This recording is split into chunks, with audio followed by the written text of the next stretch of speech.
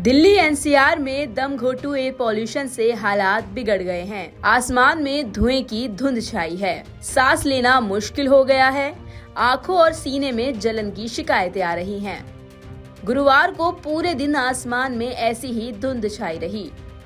शुक्रवार सुबह से ही यही हालात बने हुए हैं। सर्दी के साथ वायु प्रदूषण की एंट्री ने पहले से बीमार लोगों की मुश्किलें और ज्यादा बढ़ा दी हैं।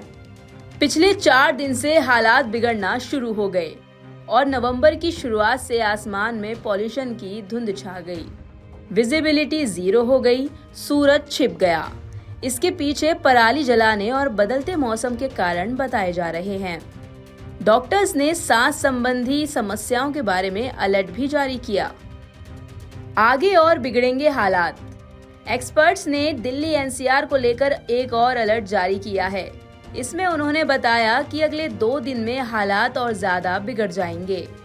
राष्ट्रीय राजधानी के कई इलाकों में वायु गुणवत्ता सूचकांक यानी AQI पहले ही 400 अंक को पार कर गंभीर श्रेणी में पहुंच गया है। वायु गुणवत्ता प्रबंधन आयोग ने कहा, अत्यधिक प्रतिकूल मौसम और जलवायु परिस्थितियों के कारण प्रदूषण का स्तर और बढ़ेगा।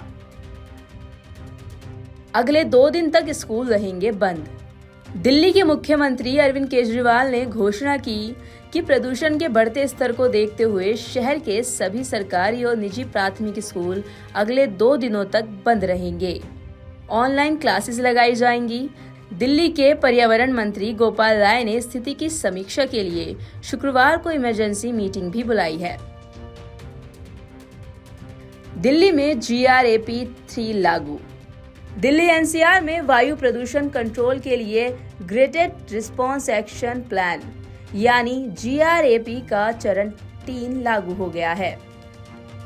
GRAP को 4 चरणों में बांटा गया है। चरण 1 खराब AQI 201 से 300 तक, स्टेज 2 बहुत खराब AQI 301 से 400 तक, स्टेज 3 गंभीर AQI 401 से 450 के बीच और स्टेज 4 गंभीर प्लस AQI 450 से ऊपर। इन स्थानों पर PM 2.5 की सांद्रता 60 माइक्रोग्राम प्रति घन मीटर की सुरक्षित सीमा से 6 से 7 गुना अधिक रहेगी।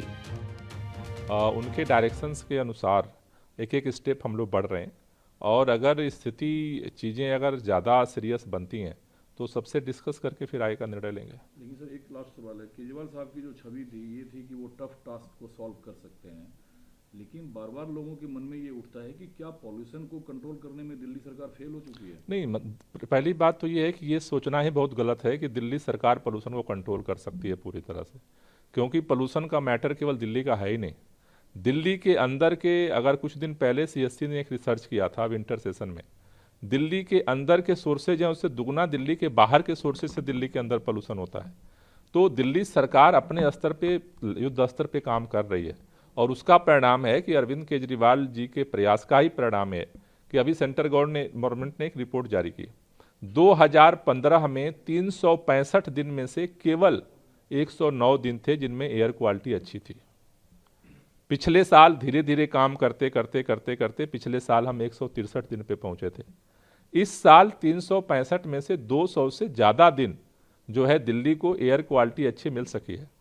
लेकिन अभी भी ये टास्क बना हुआ है कि ये जो 1 नवंबर के बाद से जो ये 10-15 दिन का जो समय है, इसका जो मौसम में जिस तरह से परिवर्तन होता है, इसका और मुझे लगता है कि जो प्रयास हो रहे हैं उसमें और हमें आगे इस पर और हम फोकस करेंगे कि जिससे इसको भी और कंट्रोल किया जाए। आपने एक इम्पोर्टेंट बात इम्प्लीमेंटेशन की कही। मैं खुद कई मीटिंग कवर किया हूँ, घंटों आप मीटिंग लेते हैं, तो इम्प्लीमेंटेशन में आपको लगता है कि कहीं ना कहीं कुछ प्रॉब्लम रहती है? नहीं, निश्चित रूप से देखिए, दिल्ली में क्या है, मल्टीपल एजेंसीज हैं और उन सबको कोऑर्डिनेट करना, उन चीज़ों को ग्राउंड पर ले जाना, इसलिए हम जद्दोजहद कर रहे हैं।